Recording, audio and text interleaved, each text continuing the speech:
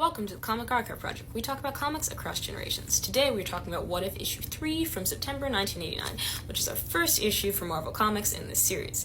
This issue is What If Steve Rogers had refused to give up being Captain America. The issue starts with Steve trying to escape a government building and all the government employees are after him, being told to stop him, and told that he is a traitor to the US government.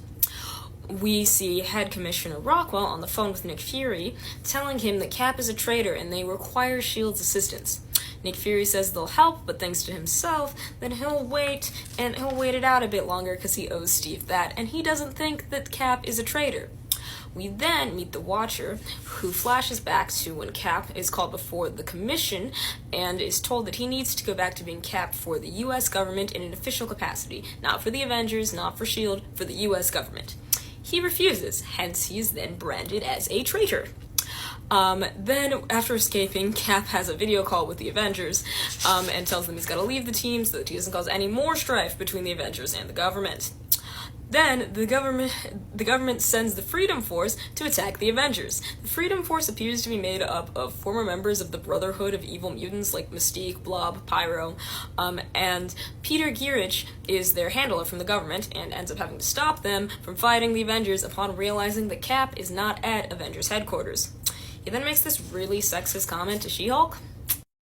Then meets up with Falcon, Vagabond, Nomad, and D-Man for help since the government has publicized that he is a fugitive and the whole country thinks he's a traitor. Then, along with Rick Jones, they hold a press conference and get attacked by Super Patriot and the Buckies. Then S.H.I.E.L.D. and the President show up to stop the fighting, and the President pardons Cap, only for Rockwell to see this on TV and tell his lackey Douglas to assassinate Captain America.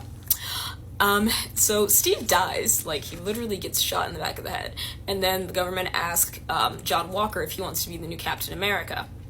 He accepts, but he's all like a bit about it.